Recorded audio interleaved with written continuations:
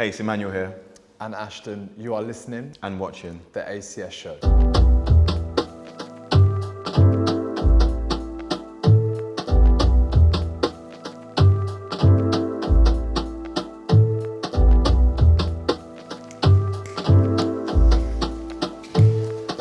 man.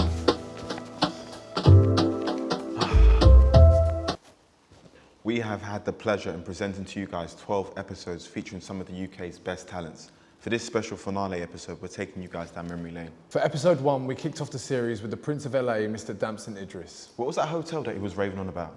I can't remember. Let's find out. So one time I went to LA when I was feeling kind of low, and I stayed at this hotel called the Petit Hermitage. Okay. Petit Hermitage. I don't know where it is. I thought that was a dish. But I've gone to LA God knows how many times. Ash, do you know where that I is? don't. And I've been to LA a bunch of Johnson, times. please let us know where and what that is. The Petit Hermitage, and guys, they're lying, by the way, because I told them in the one before when the sound. I don't know what one before I was talking about. When I tripped on a wire.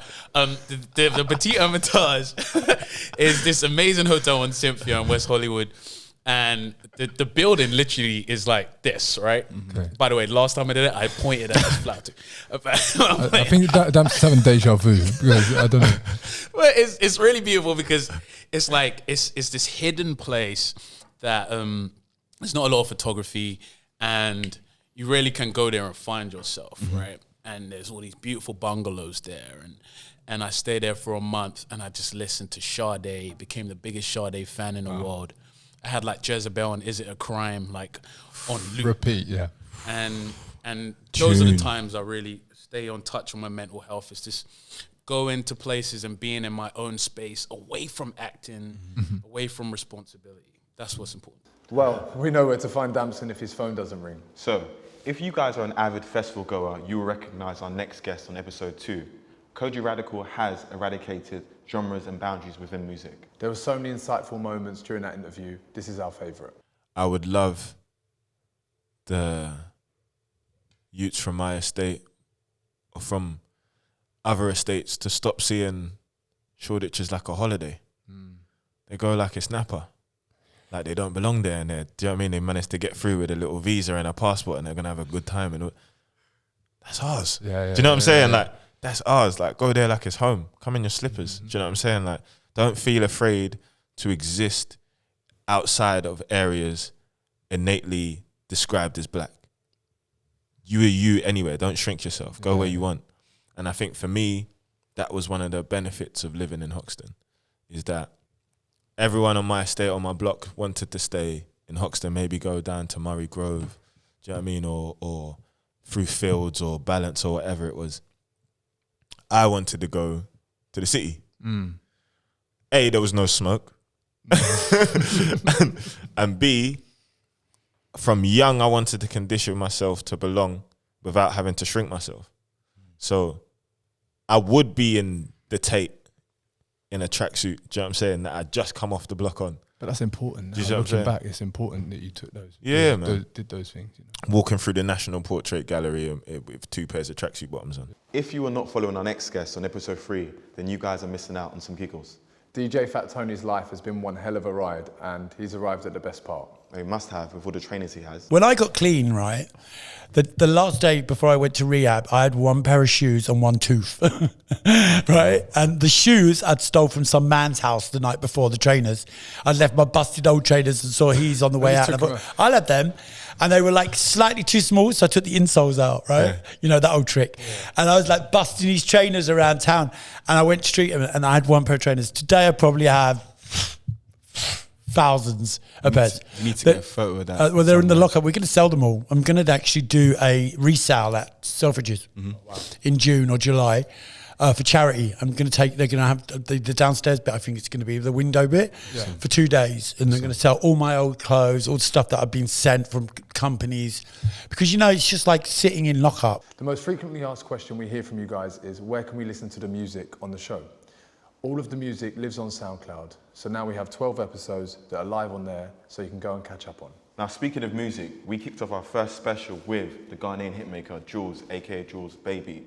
Here's our favourite moment. I feel like producers, we always don't want to keep ourselves in the box. Do you know what I mean? I feel like I produce for a lot of the greats in, you know, the Afrobeats world. Burna, Wiz, one day Cole, and, you know, having to work with Mr. Easy and Malik Berry and all of that stuff.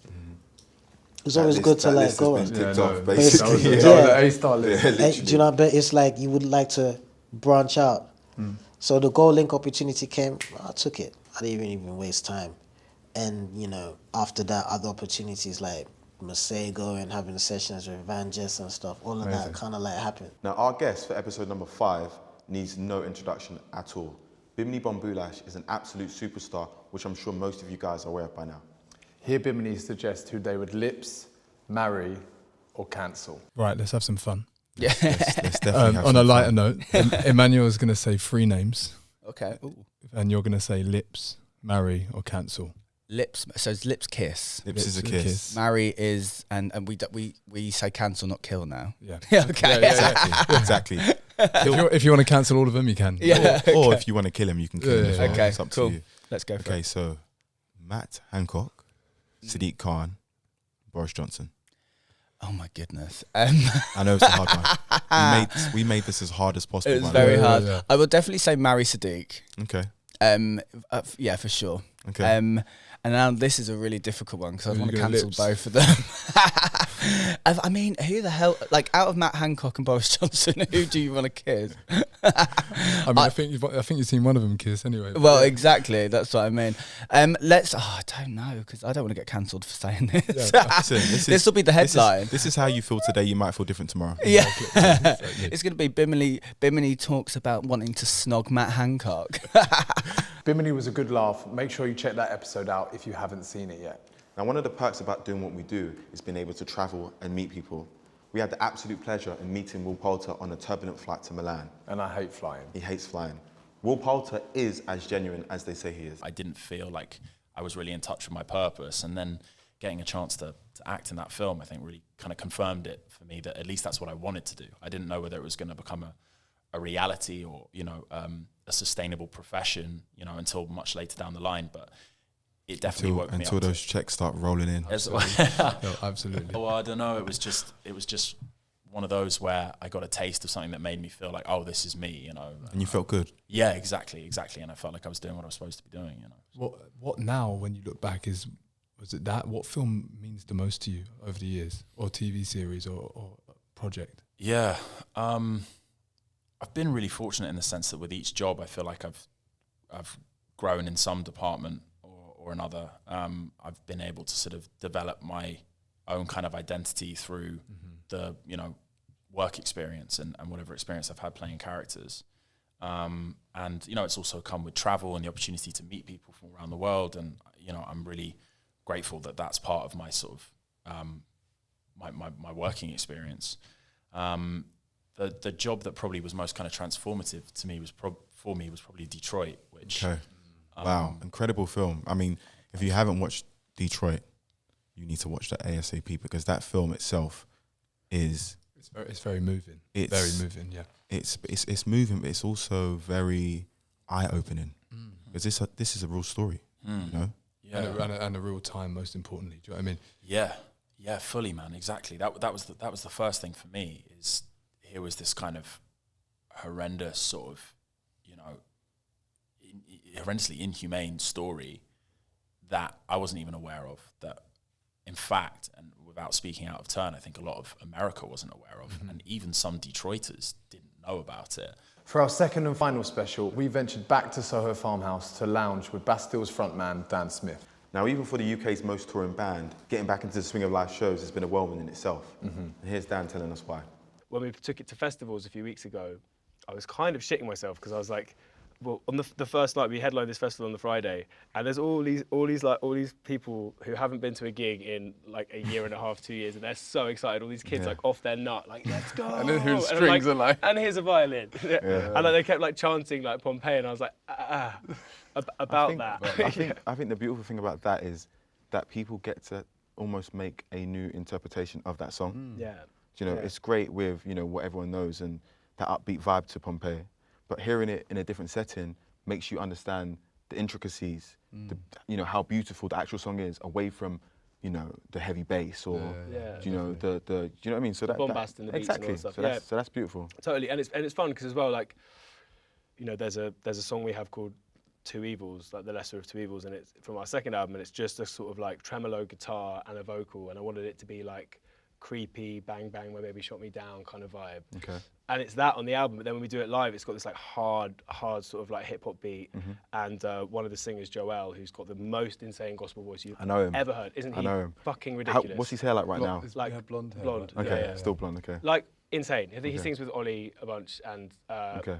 yeah, he is ridiculous. And we did a show at the beginning of last year in Hamburg with a 70-piece orchestra and like 12 singers, and it was fucking insane. Wow. But Joel, he just took the song. I was like, do you want to sing it? And I spent half of it just basically sat on the side, like just doing that, because like his runs are insane. And that's the thing about those shows. That's what's so nice is I love writing songs, and I like sort of that part of it, being able to, you know, let them kind of go and have another life with other people interpreting them, and, you know, Johnny's arrangements, all the different areas of the orchestra, like what they bring to it, and then all these singers. I want everyone at these gigs to have a moment, so like everyone takes at least a verse or two. Really? You know, yeah, like it's not. What's nice about them is like, it's not about us, it's not about ego, it's about like... It's about the music. It's about the music, but it's also about everyone on stage having at least a couple of moments to sort of do what they do and shine. show everyone. Yeah, and shine. And it's amazing as well to see the audience get so excited by that. Like, you know, there's another singer, Bim, who's incredible, and she does loads. She's sung on our albums, and she's on this next album, and, you know, she's insane. But the bits where she sort of just like lets rip, and we're all losing it on stage, so we're like, as a mate, but also as a like a collaborator, we're like, fuck. Now, how often do we walk past a piece of art, questioning who the artist is, where he or she lives, and the meaning behind the art? We invited Yinka Ilori, London's most exciting artist, down for episode 8, and we left inspired. Let's speak on your public art, because this is, you know, it's popping up everywhere, basically. Yep. If you don't know, if you're listening right now and you haven't seen this stuff, then you need to pay attention, because it's everywhere. Where was you when you got that call from Sadiq Khan saying, you know, I want you to spruce up my pedestrian crossings? Yeah, so that project was actually commissioned by London Design Festival, and they do this festival every year. And every year they have a landmark project, which a landmark means that they have like 3 or 4 like big commissions. So they asked me to do one for the Mayor of London, and to design 11 crossings on Tottenham Court Road, inspired by Owls for Art.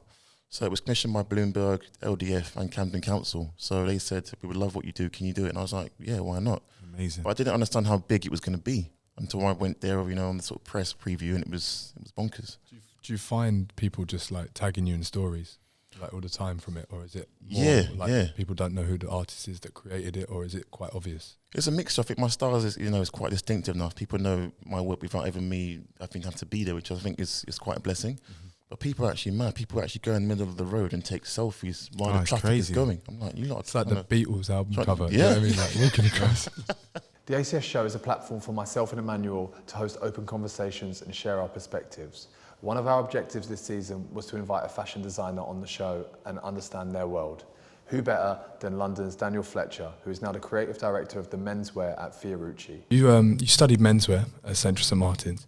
When you were on campus, where did you draw your inspiration from? It's funny because when I was at St Martin's, I would say my first and second year, I was terrible. I was as in partying, or I was a shit designer. Like I was really bad. Like if you could see some of the stuff that I did, you would be like, bloody hell, I don't know what he was doing. Yeah. Because I think I was really trying to figure it out, like who I was at that point. And I really felt like when I first started there, trying to figure out like, okay, what do I want to be as a designer, rather than just letting myself go. And like, I was like, oh, I need to fit into this box, or I need to fit into this box. Trying to fit in with different crowds. But actually, like, I went on my placement year and I did 6 months at Lanvin and then 6 months at Louis Vuitton. Wow. And I saw like Kim and Lucas like putting their collections together, and they were so kind of, they always drew inspiration from like personal experience. And then I was like, yeah, it needs to be about you. It needs to be about like what you kind of, you have to design things that you like ultimately. Of course. And then I went back and did my final year, and I really just like started to draw inspiration from my own heritage and my own history, and like a lot of this kind of like British heritage stuff came into it. I feel like you have to live first though. Do you know what I mean? Yeah, and you have to I was kind of like being a bit more objective about it. It was like not, so much about just ticking the boxes of a brief anymore. It's really about, okay, is this what I would want to wear? Is this what I want to put out into the world? Wow. And yeah, that's kind of how I managed to find who I was as a designer. But it took a while. Like I was just learning at first, yeah. Episode number 10, Tiny. Man like. So our guest for episode number 10 single-handedly had the most UK number ones over the last decade. Crazy. Tiny, formerly known as Tiny Temper, is responsible for bridging the gap between urban music and the UK charts. Have your pen and paper ready for this one. We do a round of applause at the end of every interview. But this isn't a regular interview. It's a catch-up. This is a real catch-up. Yeah, real catch-up. Overdue catch-up as well. Yeah. So can we get a round of applause for Tiny, please, guys? Thank you, guys, man. This is how we're going to set this one off. Thank you so much. Yeah. It's all good? I'm clapping for you guys too. Clapping for you. I'm clapping for you, So man. T, feel free to let me know if I've missed anything out. Go on. 7 number 1 singles. Yep. 3 Urban Music Awards. Yep. 2 BET. Oh, you even put that in there as well, yeah? Come on, man. The urban musical. We got to get everything in there, or as much as we can. I thought no one cared about that no more. We care. Okay. 2 Brit Awards. 2 BET Awards. An Ivor Novella Award. I think it's 1 BET award. Okay, we're just going to add 2 anyway. We'll give you another one. All right, cool. I'll take it. Mobile Award, Nigerian Entertainment Award, UK Festival. BET. So that's what I'm saying. So there was 1 BET award, but then there's at least 4 Mobos. So we can at least... Okay, we can move do you get what I mean? them around, okay? Can you hear yourself? You're good, yeah? Yeah, Cool. of course. Basically, long story short, you've been able to get all of these accolades. Still whilst having an intact hairline. Yeah. How? No, look, because people are going to think I'm hiding it now, look. How is this possible? And how are you feeling as well? I feel good. I feel really good. I feel amazing. And I actually feel, for where I'm at in my life, quite accomplished as well, which I think living in a major city like London is a very difficult, it's a difficult emotion to feel. It's a rat race. Yeah, because it's a rat race and people are always leveling up. Do you get what I mean? So just even when you're starting to get complacent or you feel like you've done something, someone will always show you something different. But I feel complacent, and how have I been able to do that? God, bro, and just... yeah, hard work and just believing that I could. How's it been for me? It's been emotional, let's say that, but I always knew from the start that I was built for it, and that whatever was gonna come my way, it's all part of it, isn't it? If it was easy, journey, isn't it? yeah. Yeah. If the journey or any journey like this was easy, then like everyone would do it. Well, actually, in this new time, everyone is doing it. Yeah, but exactly. it's also how you do it and how you execute it. Yeah. And there's people fall away from the journey because they don't want to work as hard, and some people stick at it and it shows, and I think we can see that from you, definitely, bro. Oh, of course. For our penultimate episode, we recorded our DJ set from our night, the ACS show presents in Paris. Head over to our SoundCloud to see what Paris was dancing to. We pulled out a chair for Merkish Dave, the man with London's best kept beard, for episode number 11. Merkish Dave shared one particular story that I think still has us chuckling. Here it is. Mike's my guy, obviously that's my spar, like, do you know what I mean? But Liam's a G as well, man. It's a character. Right? And like, just like the most, do you know what I've read from that day? Yeah, he's a professional, right? We came out of imagine we come out now, but imagine I'm Liam Gallagher. Right. So maybe a bit of a better result for you guys. But No, we're good. We're good with Merkage. But and we come out, but we were in, and there was an engineer from another room, okay, who literally just like Lost it, ran out of his session to see Liam, right, and just lost his mind. Just like, I've seen you at this place, I've seen you at that place. You're the reason I became an engineer. Just reading off all this stuff. But I'm thinking, Liam's heard this a zillion times before. You've seen me at this place, but he not pretended, but the way that he spoke to him was with so much empathy. Amazing. And with so much like, he was like, oh really, like, you know, like made it feel like good for the guy. Made it personal as well. Yeah, and I think he took a photo with him and just, I just watched it. I thought that was so sick because it must be so boring for him to hear that. Of course, but that does thousands of times. It makes you realize why you're doing music. I don't know. I guess if you're hearing that every day, it does become like overwhelming and boring. But I mean, those little moments are the reason that you do what you do. Do you know what I mean? So maybe you realize that. Yeah, and I mean, also, just like, you know, he probably clocked that you ran out of a session and he was like, you've lost your job. Do you know what I mean? You might as well take a photo. Yeah. And just like that, season 1 of the ACS show is complete. Not just yet.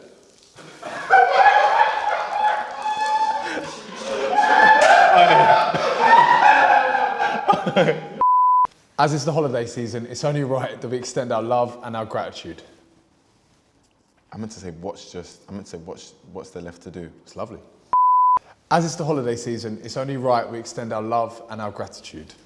Before doing so, can we say a massive thank you to Soho House for giving us the space to create each episode in? Bang & Olufsen for enabling our guests to hear us.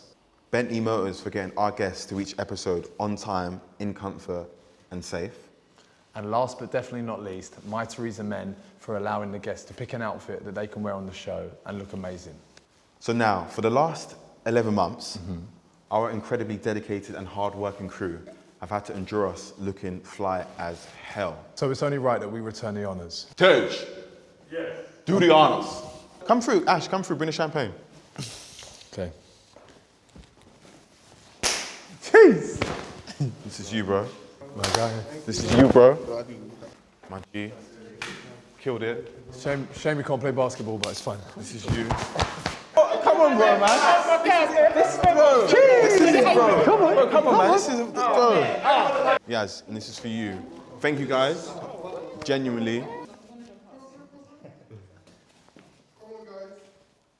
Cheers. Yes. Wedding photographer. ACS show. ACS. Season 1, boom. Thank you guys, man. Thank you, man. No, thank you guys, man. Thank you guys, honestly. Thank you.